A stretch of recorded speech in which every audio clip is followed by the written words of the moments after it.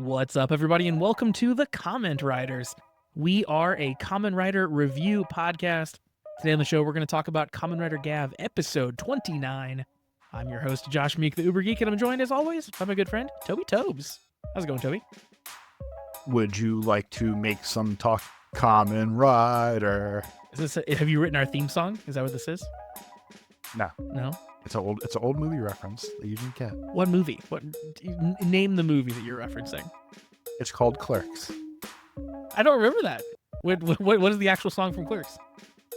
No, it's when they bring it's like Jay's Scandinavian cousin or German cousin comes to visit. Okay. And they're outside screwing around talking to people. And he writes songs about the ladies that walk by. Okay. And like the whole time he like talks in the sing-songy tone. But the reference would be at the last point, he's like, would you like to make some fuck berserker? Oh, yeah. Now I remember. And then Dante's girlfriend laughs and she goes, Did you just say, do you want to make some fuck? That's right. That's right. So I feel like I should rewatch all the Kevin Smith movies because I watched Tusk last Halloween at your prompting. You're talking about at my behest. At your behest, and it was amazing. Tusk was one of my favorite cinematic experiences probably of last year. Not that it came out last year, that I watched last. That's all that matters. New to you. It was real fun, and it made me think about Kevin Smith and his movies. I was like, it's been a long time since I've seen all of them, and I don't know if they hold up anymore. I don't know. They probably are still good. I feel like he gets a lot of free airtime on our podcast. Yeah, I feel like we circle back around to Kevin Smith a lot. Yeah. Kevin Smith was. I have a story this time, so I made up a song. He's one of those guys where like for a long time he was like my main podcast that I would listen to, and like he was a real like early podcasting influence on me, I guess, as well. Even more than like his movies, it was his podcasting. I can talk. It's because he's not Silent Bob. Is that what you're saying? No, I'm just saying, like, because that's the funny like joke, I guess, of like why everyone does the podcast thing. Because like everyone's like, I can't, like I Toby can't do a lot of things. Well, I can talk. I can bullshit and talk and tell a story. Exactly. So I feel like that's the kickoff for most people, where it's like, well, he talks and I can talk, so like I could do this too. I think. He also, like, if you're out there listening and you don't really know the history of Kevin Smith, so he's a filmmaker. He made movies, then he got very into podcasting, and then he just decided that that's just like all he was gonna do. And I feel like for like years, his life was just like turn on a microphone and record for 8 hours a day. He started doing so many different shows with so many different people. He had like this whole podcasting network. It was crazy for a while. I feel like that's still his vibe because he still does his talk. Like his other big thing was he always did the talking things, like the Q&As, but it was always a couple hour spectacular. Yep. Like that boy can talk. Oh yeah. That's really like Kevin's thing, is he is a speaker. He really is. Yeah. He's one of those filmmakers that is very much a celebrity in and of himself. Like there's some people who make movies that like you don't see in the public very often, and they don't do a ton of interviews. And then like Kevin Smith was like the opposite of that, where he is just like, he's the guy, and like the movies are almost secondary to like him being the character. He is the brand. Yeah. He's also in all of his movies, right? Like he puts himself in all of them too. So like he's a bit of an M. Night Shyamalan in that respect. What a twist. Dude, I love M. Night Shyamalan movies. I don't know, that might not be, listen, maybe I'm brave for admitting that in the year of our Lord 2025, but that dude's put out some bangers. Which ones? Because I feel like after his first run of, hey, there's a twist, I feel like the movies are now just servicing like, hey, I have to twist it up in here. Yeah, you got to twist them all. And then even the newest one, whichever one was like the real time, there's a killer plus there's a pop sensation show going on on the stage. Yeah. And he cast his daughter as the singer. That's very funny. Like, so I haven't seen that one yet, but I didn't realize it had come out. And then I saw that it had come out, and that's what has him in the front of my mind right now. But that's That's on my list. But I'm looking at his discography now of like things that I liked versus what I didn't. The Village is very good. A lot of people don't like it, but I like The Village a lot. That's the one where you think it's old timey, and then the twist turns out is it's not old timey. Wow. The thing about M. Night Shyamalan movies is you can't explain them and make them sound good. It's impossible. The one I remember liking the best of the ones that I remember seeing is Signs. Yep, Signs is really good.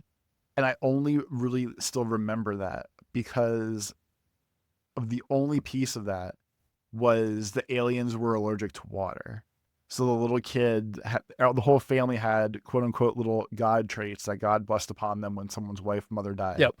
And then the little girl's trait or the boy's trait was any water I drink in this house tastes like shit. So they just left glasses of water all over the house because why would someone clean that up? And then when the aliens came at the end, Joaquin Phoenix, I believe, was the other character. Yep, Joaquin Phoenix. He was like, he was told, just swing away. And then when they were like, wow, the aliens hate Earth, that's poisonous to them, he took his little baseball bat and smashed all the glasses at the aliens and saved the Earth. And that movie's absurd. It's so absurd. Yeah, when you break it down, like it is extremely absurd. And maybe I saw it young enough that like anything was going to be impressionable for me, but my memory of that and that twist you just described at the end of like everyone had a role to play and like, oh my gosh, he left the water out on purpose. Whoa, or not on purpose, but like, you know, like that was the grand design. I remember blowing my little kid mind. Because it's also like, it's like kind of a scary movie, right? Like a little bit when you're a kid, so it's like you're seeing like just enough of a scary movie that like it feels like I shouldn't be seeing this, but also, you know, it's fine. Your scary marker is very baby like. Just remember. I mean, like at least in the old days, maybe not anymore. I'll give you the benefit of the doubt. It has changed now. Yeah, it is a recent change. But like, I'm not saying it's a scary movie. I'm saying like, if you see it relatively young, it could be scary. I got you. And then like Sixth Sense was one, right? And then Mr. Glass and Unbreakable and that whole trilogy. Yeah. And yeah. Now that I'm looking at his list of movies, he does have maybe some clunkers in here. For example, Josh, they're all clunkers. Maybe not The Sixth Sense, but Unbreakable was good. Signs was good. I liked Signs as well. Sixth Sense, The Village I liked. Lady in the Water was iffy. Oh, that was a little iffy. Then we get into The Happening, which I don't think I saw. And then, Toby, he made the live-action Last Airbender. That's right. That was him. I completely forgot that was him, but you know what? I think I'm just going to close this tab now. I think any pro M. Night Shyamalan argument I was going to make is going to fall completely on deaf ears now that I realized. Put your ass on this one, Josh. Yeah, realized he was responsible for that disaster. Speaking of disaster movies, I have decided that I want to see the Minecraft movie because it looks so bad. It looks like one of the worst movies that's ever been made, which makes me think I would enjoy it, a la The Suicide Squad. I'm both sad and I guess I expected it. The fact that it's now the highest grossing video game movie. Of course it is. And that but it passed Mario. Like Mario crushed it last year or 2 years ago. Yeah, Time's that's fair. a blur to me. But the fact that like it was like 330 million the first opening weekend or something. Oof. For how ridiculous it is, especially with those shitty Happy Meal toys that we saw. And everything about the movie seems bad. Like, yeah. The only good thing about the movie I've seen so far was that a pre-release version of it leaked online that had unfinished CG. And then I saw someone tweet out with a screenshot of the unfinished CG and being like, this is what you call a $300 million movie? Like, this is insane. And everybody had to be like, yeah, bro, we know you pirated the film. So he like told on himself without realizing. That was pretty good. But yeah, the movie seems like a waking nightmare. But that makes it really interesting to me. It makes me want to check it out. I'm sure it's perfectly serviceable as a movie. I hope not. I'm gonna put the $330 million worth of people can't be wrong. I don't know. Like, Turns out with movies, throwing more money at them doesn't always make them better. Sometimes it just makes them insane. That's also true. But I was looking through the Minecraft movie gifs today, earlier, screwing on Discord. Nice. Okay. And there's one where, like, Jack Black screams iron and flint, or flint and steel, or however you make one of the dumb blocks. And he, like, throws it at the wall and it turns into a flint block. And I was like, I guess this is how we're making this magic. And there's another gif of him, like, if you just think about Jack Black dancing and singing and dancing around, Yep. just any that's for that picture in your head. There's a scene with that and him putting Minecraft blocks just down on the world by pointing at the earth. Yep. It seems like a Jack Black movie. Like he's just dancing and being Jack Black and blocks are popping up. So I actually think this is like the perfect role for him, where you can just go wild and be crazy and it doesn't matter. Yeah, he gets to do all of his Jack Black isms, and like kids who've never seen it before are going to be like, this guy's amazing. How have you been keeping this guy from me for so long? You telling me he dances and he's like kind of chubby and he's fun? Like what? I guess you will hook the next generation. Exactly. We're making the next generation of Jack Blackheads. That's what his fans are called, right? Blackheads. Just like pimples. Yeah, sure. exactly. You got to squeeze them out. Zits everywhere. Toby, speaking of fandoms, we've been cultivating our own. And if you want to join up, you can check that out over on Patreon, patreon.com/thecommentwriters. If you sign up there, $3 a month, you get access to all of our bonus content. Bonus content. We are currently watching number 1 Sentai Goes Yuger, and we're finishing up O's as well. We are in the home stretch of getting through Kamen Rider O's. So if you sign up now and get in the Discord, you will have the ability to cast a vote in what we watch next, which is coming up here pretty soon. We're gonna have to figure that out. It's both coming up soon, and it feels it's like so far eternity away. Yeah. Both things are true. We also have watched ahead a little bit now on O's, so like it feels closer than it is for like actual release too. But it'll get there. We'll get to the end of O's, but yeah, check it out, patreon.com/thecommentwriters for our bonus content. Toby, let's jump over. Let's talk about Kamen Rider Gavv now. Let's talk about the current events going on in episode 29. Of course, last time around, we had our kind of big saving Honto, defeating Suga moment. It was the end of an arc, and this time around, we're starting a whole new set of events off into motion, and it feels very much that way in this episode. New things are beginning, and we open. It feels like when like Gotchard had like 7 resets across the season. Yeah. This one was like, I guess partially charming, but they found a way to do such a thing, because basically it was like, hey there, watchers at home. Not last time on Kamen Rider, but over the past month, this is what our lives entailed. We ate some snacks together. Me and Sachika had food parties every day.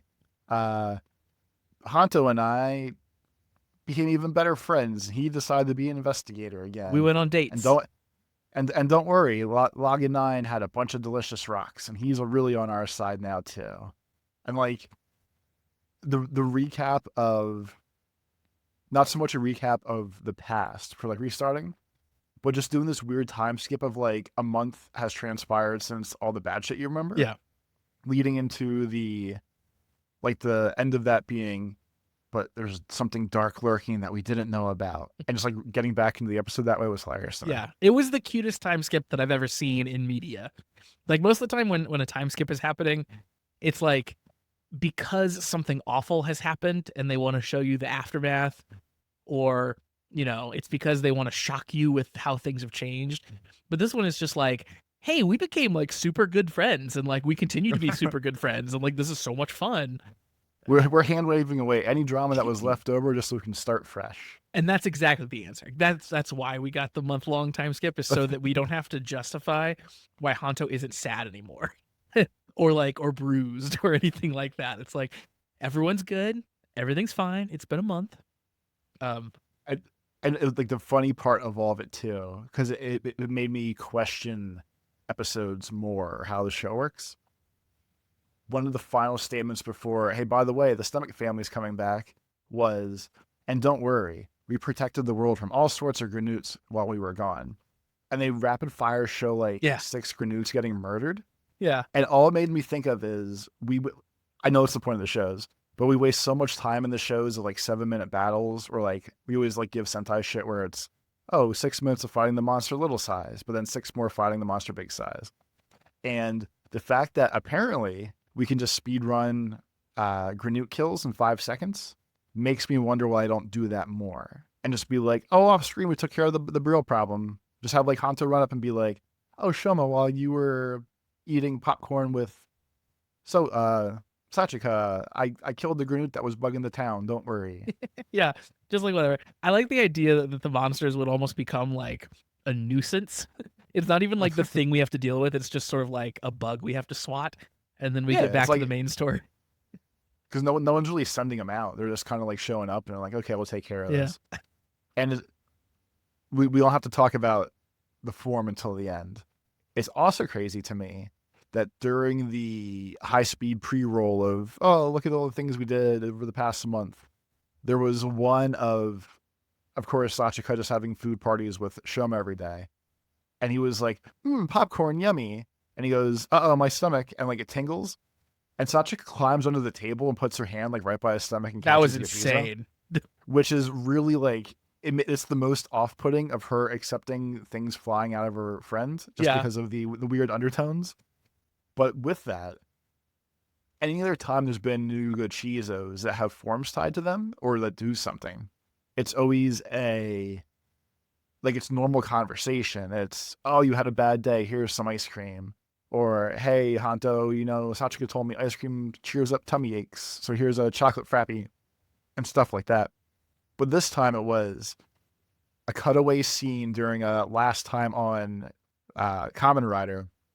He pops out a popcorn Gochizo from his delicious snack, and it was like the quote-unquote star of the episode at the end. And the fact that they also hand-wave that away now, too, is also weird to me of, okay, we're not going to worry about building story tied to most of these things. We just want you to know it happened so we can use it. Yeah, we got there really heavily in Gotchard as well. Of like, man, we just got to show you a bunch of these chemis because we made cards for them. And listen, we're gonna do like 5 seconds on this chemi, and then we're never gonna see it again. That felt like this because yeah. Let's we'll jump ahead and talk about the popcorn form here because might as well. I think when you actually saw it, it's like it feels like a thing that we're not going to see very often in the same vein. Because to describe the popcorn form, he puts the little popcorn Gochizo in his belt, and then he starts popping popcorn. He yells something to the extent of like, I can't stop, while things shoot out of his, groin area, his belt area. And there's at this point, the Granute is like up a tree, and he pops all the popcorn onto the tree, and then the monster ends up sliding down the tree, and all the popcorns explode on his butt along the way. Pop and fire. Or it was pop burn. The Gochizo is pop burn. Yeah. So, yeah, he sprayed all over the tree. And Shoma and Laganine are both like, I guess this is a thing? But pop burn was all excited to show off the trick. And then when they knocked the Granute down the tree, all the little popcorn pop kernels just scream, pop burn, pop burn, pop burn. Like we accomplished something. Yeah, which was a funny bit for this time. But like, I don't know, how often is he going to be able to like ejaculate popcorn onto something to solve the problem? Like that doesn't feel like a thing that'll come back up super often. A very slight use case. Yeah. Glad there's a Gochizo. Great. Stick it in your toys at home, and it'll make the noises, I guess. But yeah, that was certainly something. But Toby, after the other thing I liked in the sort of like recap opening bit was the date between Shoma and Hanto, where Hanto took him out for frappes just so he could make him more Gochizos. Like, I love the idea that Hanto's treating him to. Like, yeah. Because even with that, with this new weird, I mean, it's not newish, but like the Gochizos having the personality. When the frappy came out, he was like, "We're multiplying," Yeah, and that seemed oddly weird to me too. because as we learned that is the only good Chizo that speaks in full sentences so far. That is true, Yeah. but just the fact that like they're acknowledging consummation and birth, I think is really the part that was off putting to me. They had already acknowledged death from the very beginning, so it was only right that they also acknowledge birth. We've gone full circle now. Exactly. And the other, of course, big takeaway here from the opening bit and kind of continues throughout the episode is Hanto's new investigation is going to be into Shoma's mother and whether or not she has kind of existing family from before she got abducted. So, yeah, that'll be interesting to see what they'd come with that. Do you think that's like so the show can end with Shoma having like family suddenly appear? Yeah, I mean the only reason you would this because the show's been extremely good about leaving quote unquote breadcrumbs and then picking those pieces back up at the end. Yeah, true. It has to be something, and it's at least going to give him the option. I feel like of I have a family, but you guys aren't my family too. Where he actually has like his own home to stay at, because in theory, like he's sleeping at Sachika's office. Yeah, it's not like true. he has a house, and everyone else vaguely has a family, or maybe they'll adopt Sachika and Hanto because Hanto has no parents left, and there's a lot of options. But yes, I would assume that the setup for it is only because it's going to pay off where he either has a family, the Granute or the Stomach family like steals his actual other family now too for motivation, or a couple options. Here's an alternate take. What if we go through this whole investigation just for Hanto to realize that Shoma has no one. There is no family. And Shoma is super sad at first when Hanto tells him this revelation, only for Shoma then to realize, oh, my family is the friends that I made along the way. And that's the ending. You know what I mean? Like, oh, so that also works. Yeah. Or his quote unquote family doesn't want him because he's weird and knows who his mom slept with, or so many options. Yeah, true. And yeah, speaking of homes, Rakia is now living apparently in Suga's old research lab. So I love that little tidbit of just like, well, it was here, so started sleeping here, I guess. I mean, yeah, no one else is going to use it. He can do some science if he wants to, I guess. I guess the lease was prepaid for a while or something. We'll see. We'll see if anyone comes knocking. And of course, Toby, speaking of family, we do get a return to the Stomach family in this episode. And not only a return to the Stomach family, but a return of a Stomach family member. We get to see Jeep, I believe was his name. The alive twin, not the twin that got killed, but the alive twin is back on the scene.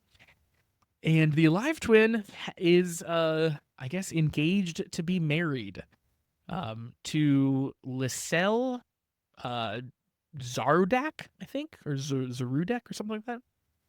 So it didn't click until towards the end when they were showing them having their nice home life together and hanging out. Is the actress for his now wife the same girl that played his twin, but just still on the show? Oh, is it? Is that actually true?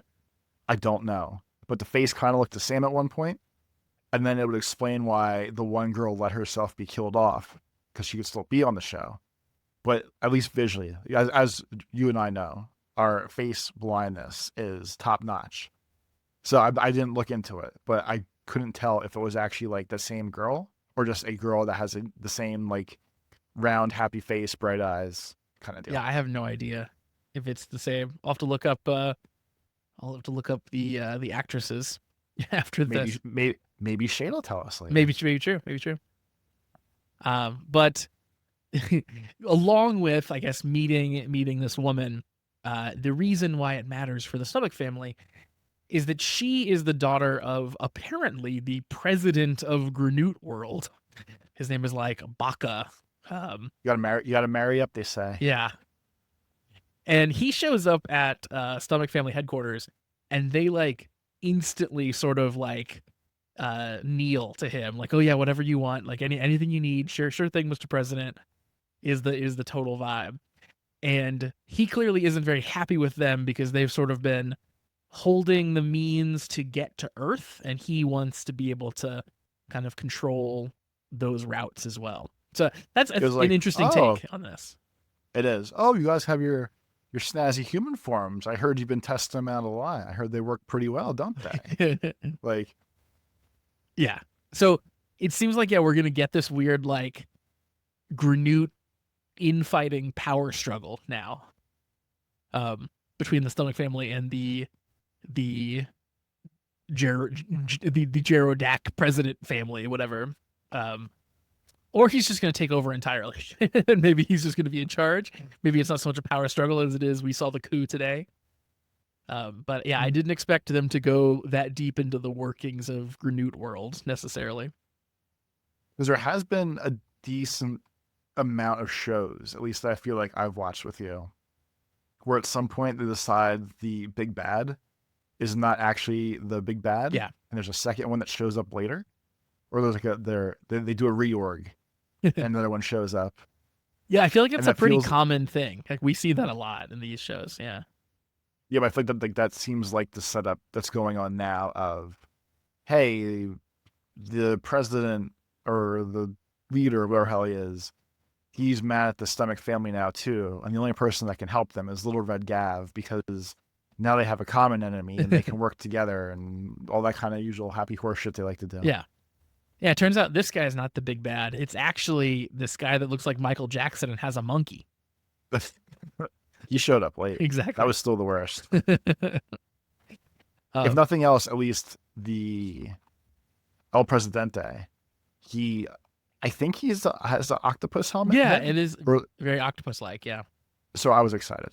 it's a cool. I once again get an octopus in my Kamen Rider. He's very cool looking. Yeah, he has. It's like he's got tentacles, kind of like for a beard, and he's got these like weird tentacle wings for kind of his like ears on the side of his head, and his face area is kind of like glowy, see through. Like he's pretty cool looking. I like him a lot. He looks way cooler than the stupid Stomach family does. He does, yeah. I'm not as big of a fan of Lascelles' Granute form. It's just like she's kind of shaped like a heart, if I remember right. But like, there's not really too much to get excited about there. It's either a heart or like it looks. I feel like ram like in nature, or at least something along. Yeah, But I guess like if you look at a ram's head from a certain angle or silhouette, it probably looks like a heart too. So yeah. She's just definitely a possibility. she's just not like a cool octopus tentacle monster like he is, unfortunately. But turns out Jeep really is only marrying this woman, we find out throughout the episode, to incorporate the Gerodak family into the Stomach family and to usurp Longo, because that's kind of like, you know, he wants to get payback for the death of his sister, essentially. So he meets this Lascelles woman, realizes who she is, and then thinks to himself that he can manipulate her and use her for his own good. And I love that she literally finds him like sleeping on the street, basically. Like he is a street urchin, and his first thought, and it works, is like, I can spin this to my advantage and make her fall in love with me. I can do this. It's just like Aladdin. It's a whole new world out there. It really is, yeah. So that's the goings on with the Stomach family currently. I see the potential for Lascelles to become very annoying in this show. She's not yet, but it could get there. She's on watch for me. I feel like it's a double swerve, or like she knows that. I'm not going with the freaking Sonic Fly names, but she knows like that twin is struggling. She knows that the dumb little trinket that he's holding is his dead sister. I feel like she's actually playing like the actual long con, and we all think that she's getting swerved, but she's doing the swerving. Could be. And then Toby, the other big piece of this episode, is basically the third act of Flubber. If you've ever seen the Disney classic Flubber, Uh, I have not, but go on. so in Flubber, there's a big scene where we go to a basketball game for the Flubber professor's college, and in order to have his college win the basketball game, he puts Flubber on all their shoes so they can jump really high and score crazy baskets. And they put on these feats of insane basketball prowess because they can jump 40 feet in the air now, and everyone just accepts it. That like, oh, I guess these guys can just do this now. I guess this is normal, and they win the game, and whatever. That's what happens here. The Sachika Happy Trails team, whatever their name is, get hired to play basketball, and turns out being a Granute means you're really good at basketball because Shoma and Rakia just completely dominate on the court. I will at least give it the vague prop of they weren't good at first, because Shoma was even excited to show Rakia like, hey, here's today's job. Study this book real quick. Yeah. And he's like, what the hell is this? And here's how to play basketball. Learn the rules before we go. And at least in the beginning of this great matchup, they weren't as show-offy with the skills. And then at one point, Shoma like panics, and from full court launches the ball over his head from under his legs backwards, and it goes in. And like something just clicks in him and Rakia's brain, and they're like, "Oh, basketball, that's easy." Or no, Rakia was just like doing shots and dunks first. Yeah, like he's doing like nasty dunks, like hanging off the rim. Like he started like normal dunks. He's like, "Oh, I got this," and everyone like picked up the cue. But then most of their time, like Sachika does a good job of hiding that her friends have magic powers, and kind of like covers for, oh, he just really likes moving boxes. That's why Shoma's ripping back and forth and doing an awesome job. And this time, like, Rocky is doing 720 cannonball flips in the air to dunk the ball, and everyone's just watching. And you would think of like, if we're trying to show that we're human beings, are like coded as normal living humans on Earth, maybe Shoma's crazy full court shots, like shit happens, that's fine. But Rocky doing like 720s is not really the best way to hide that you don't have some sort of special ability in some way, shape, or form. It's not ideal for that at all. It's so ridiculous. It's another one of those like we turned on the circus music and things get real ridiculous for a little while. Yeah, and it is what it is. It's very goofy. Again, it's one of those things where it's like people would be calling us out. We'd be like, wait, there's no way that you guys are just suddenly instantly amazing at this. And the rest of the team is like, oh, so you guys aren't beginners, like you said. Like, no, we really are. Like, okay, great. You're just naturally the most athletic people who have ever athleted, I guess. It was silly. It was goofy and silly. I feel like other shows we've quote unquote had to call out more of when it gets like slapstick stupid. And at least in the best of my recollections, I feel like this is the first time that the show got this extra absurd with like, hey, these two boys have magic powers. Let's watch them fuck around and cause a scene and do all the things. It certainly is the one that has gone the longest, I guess. Like it went on so long. I was like, how is this still happening? And I know it wasn't like a super long scene, but it was like, it's crazy. We're devoting this much of this episode to basketball right now. Yeah, I agree. This is definitely like the most they've dipped their toes into that realm. But because when they've done it before, it's been like very quick, like super quick, like the thing bouncing around the cave, or that then we catch. Like that was like a little bit of a slapsticky moment, but it was like it happened so fast, and this was like an extended scene of it. But the Granute this time around that they fight and then eventually pop his butt with popcorn ends up being a fan in the audience for the basketball game. And turns out he, I guess, captures the rest of her team. So they end up having to return a towel. They try to get in contact with anyone that hired them on that team. And all those people are kind of gone missing since the game. So They head back over, and the Granute, in probably my favorite little scene in this whole episode, the Granute who's in disguise sees Rakia and goes and then like realizes that he's giving his cover up, and then just like composes himself and tries to walk on. Like he just sees him, screams, and then it's just like, and I'm normal again. And that was a very funny moment. And then yeah, of course, that's when he gets found out, Toby.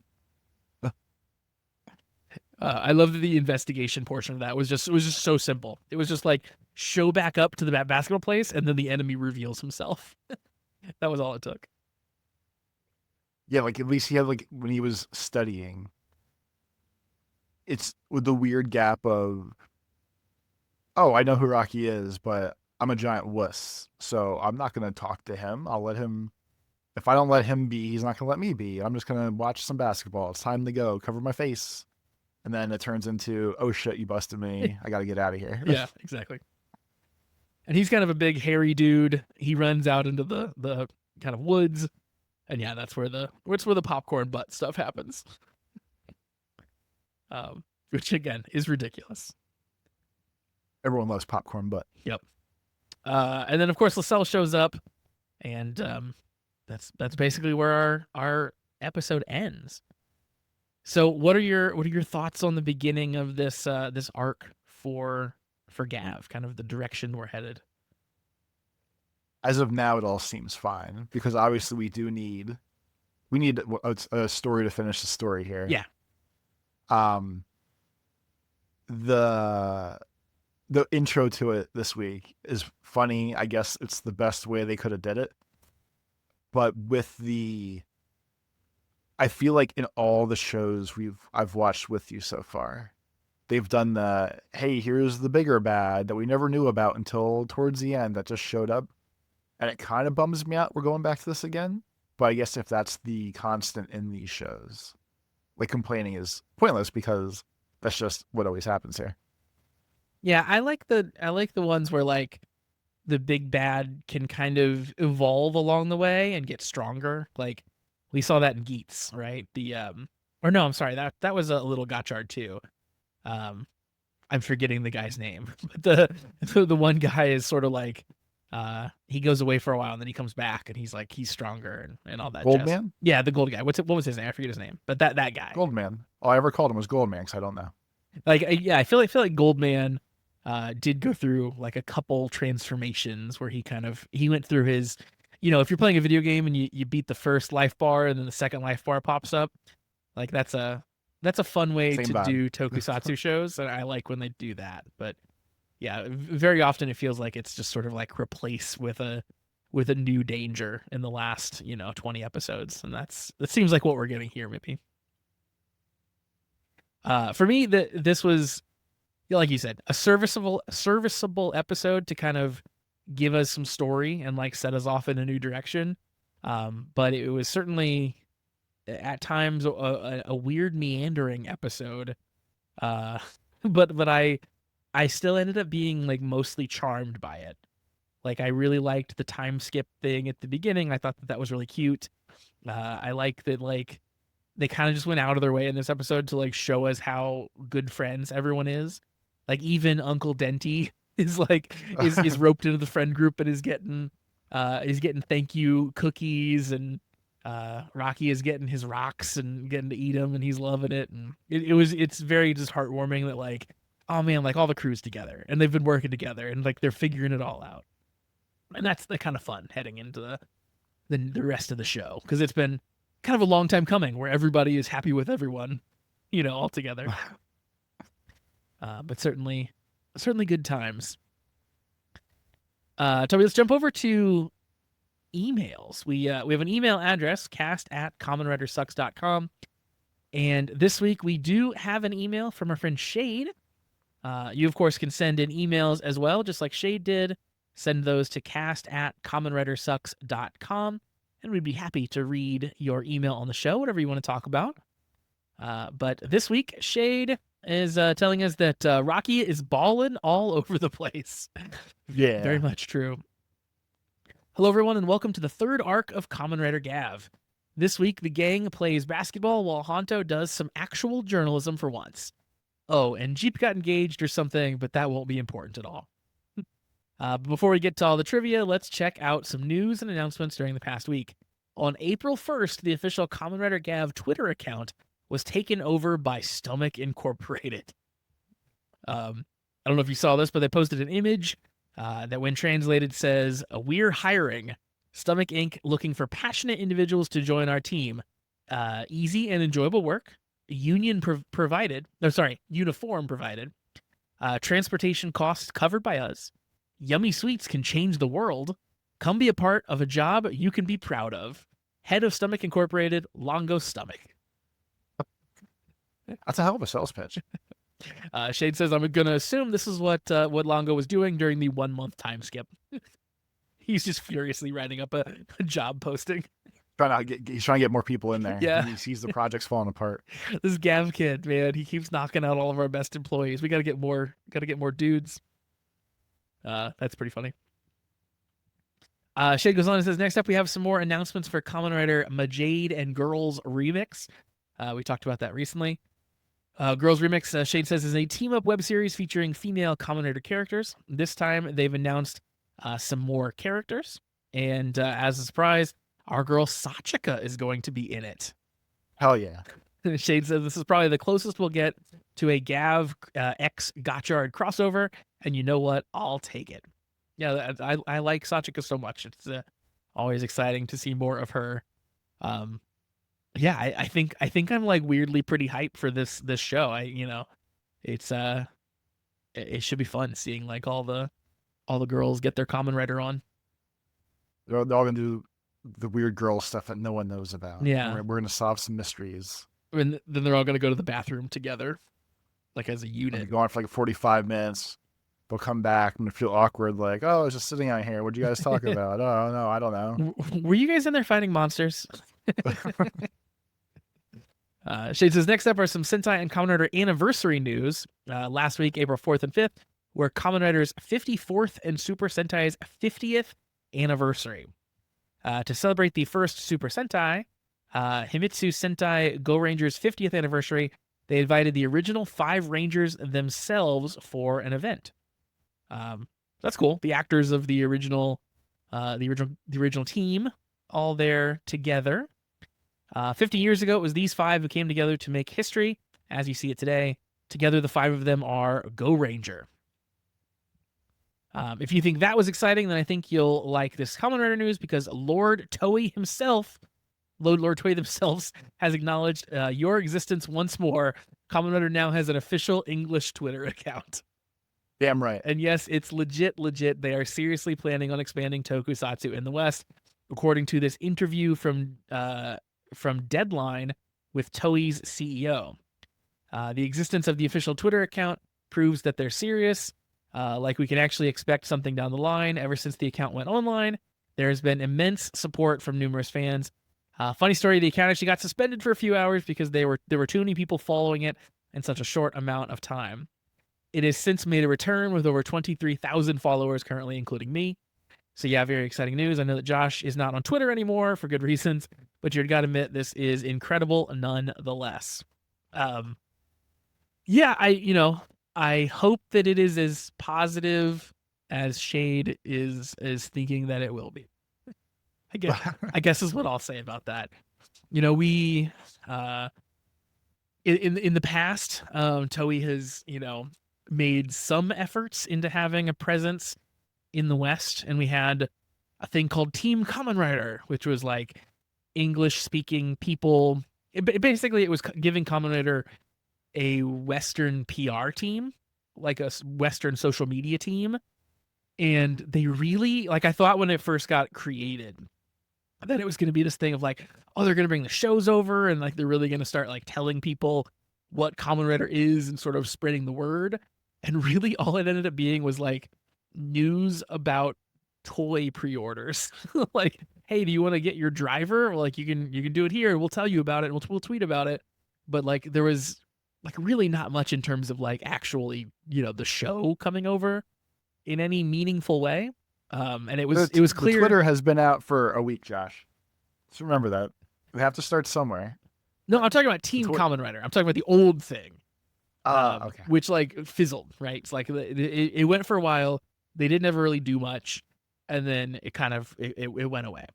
So this is sort of like take two on that concept, and I hope it's better. But I've been burned before, and certainly they're talking more about it now. Like the Deadline interview that Shade linked says like they're talking to Toei company president and CEO Fumio Yoshimura about the Japanese studio's ambitious growth and global expansion plans, which include a slate of international projects and co-productions, ramping up international sales of its existing content, and upgrading its physical production facilities in Tokyo and Kyoto. So, like, they're saying a lot there. But I just hope that it's actually true. I mean, at least from what I have seen and my small amount of knowledge, they seem hyped about what they're doing here, and the fact that, like, I think in general, just the fact that they're doing it, Yeah. I feel like should be more of a, like, I feel like it's a sign of a positive, because we read that whole the goofy, hey, here's our slide deck presentation of the 7 ways we want to get Kamen Rider to the rest of the world, and this is how we're going to expand. This is going to be our business plan. Like, this at least seems tied to that, where they're doing something, like they're moving in that direction. They, for the first, like, been on 50 years. We said sometime was longer. Like, they have a full blown, like, hey, this is the actual Kamen Rider English account. Like, people can read this that are not just in our sphere over here, which I just think is like all huge steps towards the right direction. Yeah, hopefully. And it is a huge thing. Like, you know, a series that historically has been super closed off to the West. Like, even just like having someone involved there, like sending out tweets in English, is like massive in and of itself. But yeah, so I hope that it's good. I hope that, like, it, you know, if it ends up being like bringing the shows over, I hope it's like in a not like weird way. I hope they do the translations well, you know, all that stuff. It's one of those things where it's like it works now, and we get it, and like, and I'm happy that we get it, and I just hope that nothing gets screwed up in like the expanding of it. I'm just a little nervous about the whole thing, but it certainly is like huge news. Like, it is, it's a pretty big deal. If it's even a fraction kind of what they're talking about. So certainly a big thing to continue following. And of course, like with any of these, and this is true of like Power Rangers too. Like, whenever PR from it goes out, it's always like Mighty Morphin. Like, no matter what it is, it's like, hey, we're referencing Mighty Morphin again. The Kamen Rider global account gets created, and it's showing like original Kamen Rider. Like, those are the images that they're posting. It's like, yeah, we've had a lot of riders since then. Maybe you could show some of those too. But yeah, so we'll see where all that stuff goes. Shade goes on to tell us some things from the producer's blog for this episode. During the 1 month time skip, a couple things happened. One of them is Rakia moving into Suga's place. The blog mentioned that during the photo shoot of the Kamen Rider Gavv character book, they had to remove a bunch of Rakia's stuff from the set because they were taking photos of Suga's place for the book. The person who's writing the blog, worked on set that day, and they talked about themselves being awkward in front of Suga's actor. Quote, I kept sneaking around and removing Rakia's items that were placed here and there in front of Suga's actor, saying, that belongs to Rakia, so I'll take it out. And, this too. And it was very awkward, even though I wasn't doing anything wrong. During script meetings, they wanted to have the cast play some kind of sports. They eventually decided on basketball because Rakia's actor knows how to play basketball, and he's a fan of the NBA as well. So that's why he was so excited to get his dunk on, I guess. See, I just thought, I thought it was funny where, so the show, our show, comes out later in the week past when the episode comes out. But while we're recording, like, the championship game of March Madness college basketball is going on right now. And I just thought it was crazy timing that Kamen Rider had a basketball geared episode the weekend that college basketball was finishing up. All And I was according trying to to figure out plan. if it was on purpose. Yeah. Exactly. Like they line up other holidays and stuff. I'm sure they probably didn't do that for American college basketball, but hey, This is maybe they prong number 1 in the Western expansion. did. You like March Madness? You're going to love Kamen Rider Gavv this week specifically. Shade goes on to say, in this episode, we were introduced to the Granute president and his daughter. Here's some behind-the-scenes look at them. So he sent some pictures. The actress is only 15 years old. So just putting that out there for everybody. So it's not the same person. I guess not the same person, yeah. Okay. And then Shade also sends some behind-the-scenes look at the forest fight. The blog mentioned a fun fact. Rocky, as actor, has been to the same forest once before as Kirame Silver. So that's fun. I figured he would have been to that forest like 18 times over the course of those 2 series that he was in, but I guess just twice now. Fun fact, if you throw popcorn at trees, it sticks in the bark. It's like natural Velcro. And then it explodes. That's also true. Shade says, that's it for trivia today. I'm off to watch the Mighty Morphin Red Ranger get shot and goes Yuger. Okay, bye. Hell of a plan. Awesome. Thanks very much, Shade, for the email. Again, if you want to send an email in like Shade did, cast@commonwritersucks.com. And of course, another reminder about our Patreon, patreon.com/thecommentwriters. You can get access to all of our bonus content. Toby, why don't you tell the people where they can find you on the internet? So actually, Josh, because I feel like the episode's running short and I want to give people their money's worth, Okay. I thought of another stupid question for you. Oh, hit me. Yeah. You're probably weird like I am. I am. I'm gonna assume that you do the things I do. What is the weirdest branded thing that you've bought just because of the branding on it? Mm. So, and what I'm asking is, so I've bought like coffee from quote unquote 6 different bands. Like I bought it from the band because they were selling their own blend kind of deal. Yep. So like that tier of item of I'm buying this random item because X label brand whatever is sponsoring this item basically. Yeah, mine's probably coffee related as well. Because so I won a bag of coffee from No Idea Records. Okay. So that was a fun thing. I think it was like a Twitter poll or something when I was still on Twitter. But yeah, I like did the retweet or whatever it needed to do, and I won and got the bag of coffee from them, which was a fun thing to get. And then I bought a bag of coffee recently from the wrestling manager Prince Nana. He started to do a coffee company. So yeah, if I haven't talked about it on the podcast, like I'm pretty into coffee, just like as a hobby, like brewing coffee, and I whatever care about buying good coffee beans and all that jazz. So I'm a bit of a coffee snob. So I'm always interested in like weird coffee stuff. And Prince Nana has like started this coffee company, and he comes out on TV like holding his coffee cup. This is like Prince Nana coffee. So he's super in on the like self-promotion angle of it. So I was like, this is crazy. I went and looked it up, and like he says all the right words on the website, like about his coffee, and like he says the same words that you would expect from sort of a modern coffee shop. So I had to order some and try it, and it's pretty medium coffee. It's fine, but yeah, I got some Prince Nana coffee. There you go.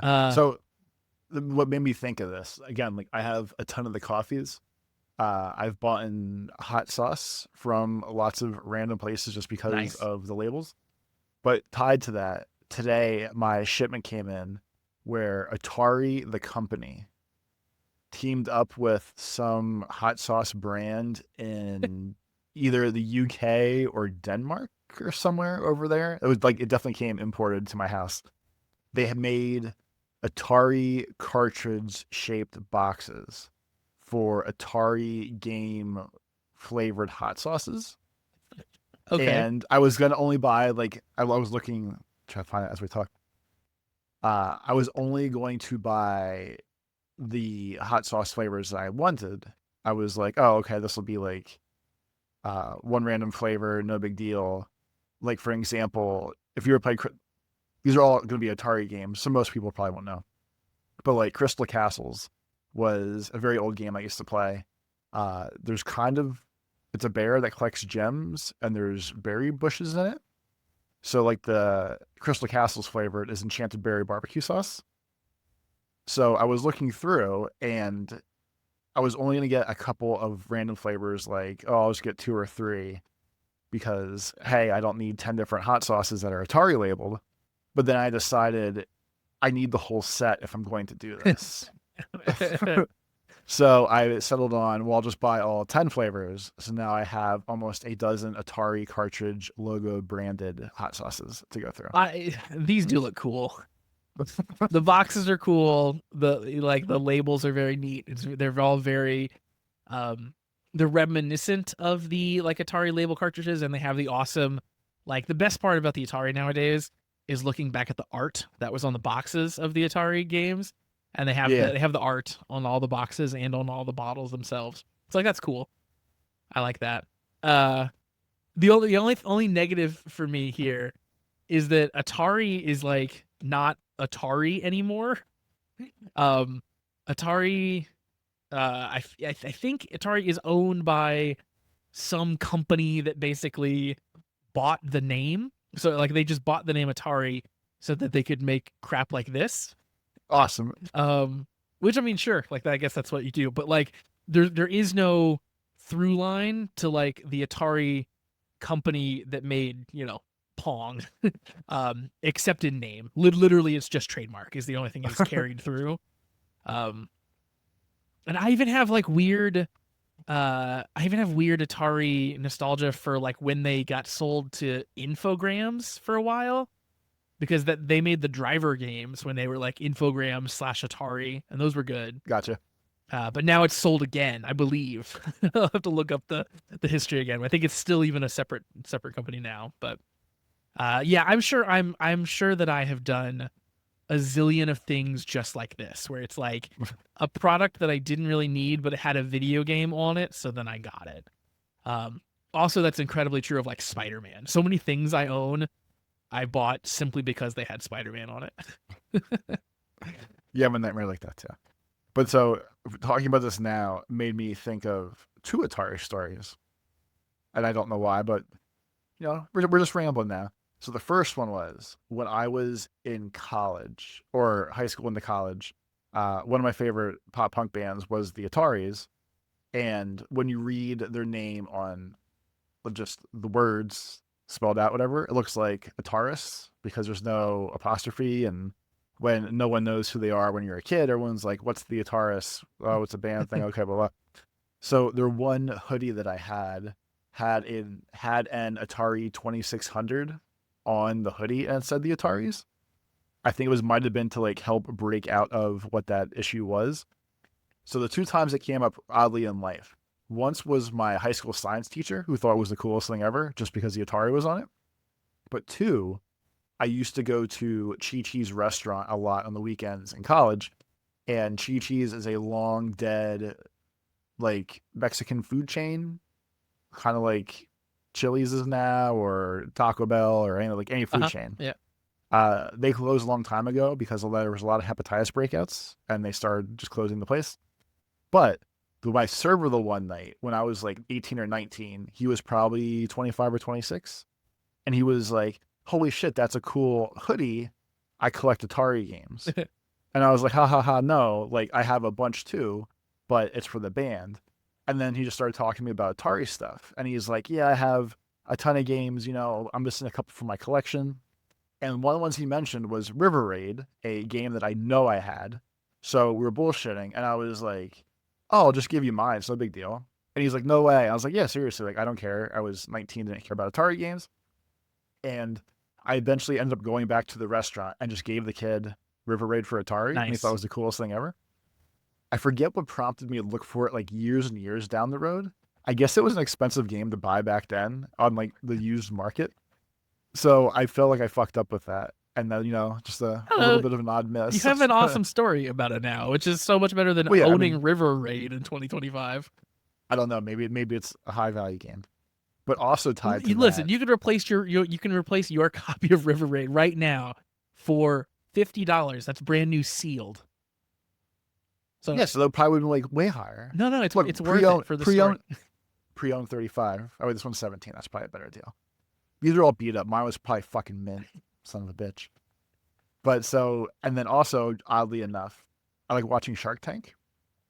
The other day, Nolan Bushnell is the Atari guy, right? Yeah, the founder of Atari, the grandfather of Atari, whatever. Yeah. So his kid was on Shark Tank, Oh, and his kid's like probably 50 now. Like his kid's an adult, like grown up, whatever. And the only reason it clicked was because Mark Cuban was like, "Oh, you're Bushnell's kid, aren't you?" And the guy was like, "Wait, how'd you know that?" And he's like, "Your dad had a very familiar face, and you look exactly like him."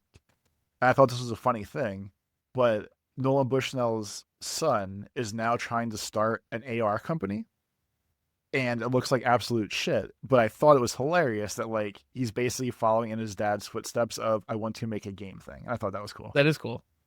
Yeah, I'm looking up his kids now, and they do look like him a lot. Yeah, I see it. I definitely see it. Mark Cuban would probably also have known would have known Bushnell, maybe from just parties. Who knows? I always was heard like he's a big nerd. yeah, exactly that too. But like I always heard the early Atari parties were like insane and just absolutely crazy. When those nerds break loose, they're fucking ready to go. Yeah, they're off the wall. Your story of the connection with the Atari kid reminds me of like the reason that I used to love wearing wrestling hoodies was because you'd find like-minded weirdos and you'd instantly become like best friends with someone for like a second. That happened one time. We were like on vacation. We went to some like seafood restaurant or something, and I think I had like a CM Punk hoodie on or something. And the person was like, "Oh man," and like he was our server, and he instantly asked me some like kind of in-depth wrestling question, and like I answered it, and then it was just like we just stood there and talked about wrestling for like 5 minutes, and he walked away, and like the rest of my family on the table were like, "What was that about? Like, were you guys even talking about?" It's wrestling stuff. I don't know. It's fun like that when you can have a thing on that like signals your nerddom to somebody. Like you sort of like it's like how birds can signal for mates. It's like I'm like you. You can talk to me about weird things. It's funny like with that, especially with every once in a while, people will comment on a band shirt that I have, and they'll say like, "Oh, nice shirt," or blah blah, blah band, and not that I think I listen to weird, obsolete, unknown stuff. It's just weird to always see people in public acknowledge it. And I thought about it, like, I have no issues when someone's like, "Oh, you have that shirt on, I love that band too," and like want to talk to me about it. I always think it's like the most fun thing. I have never stopped anyone else in the opposite direction and said, "Awesome shirt," even though like I see the shirt and that thought process goes through my mind. And it's some weird mental block, I guess, of I don't mind when people do it to me. I like when people do it to me. I have no issues talking to anyone about anything. I just have this weird gap of like, I don't want to comment on this person's shirt because like I've been told plenty of times, "Oh, you have one of those faces where like people just talk to you." And I feel like I don't know how to read that on other people properly. I'm going to tell like some random guy like, "Oh, that's a sick shirt." And he'll be like, "Fuck you, I hate that. I'm gonna punch you now," and just it'll go downhill. Yeah, I have told people stuff like that on occasion. Usually my approach is like a very quick like, "Hey, cool shirt, I love them," or something, and like we'll do like a fist bump or something, right? Like a quick little like acknowledgement, and then like if they want more, we can talk more. Otherwise, it's like, "Hey, we had our moment."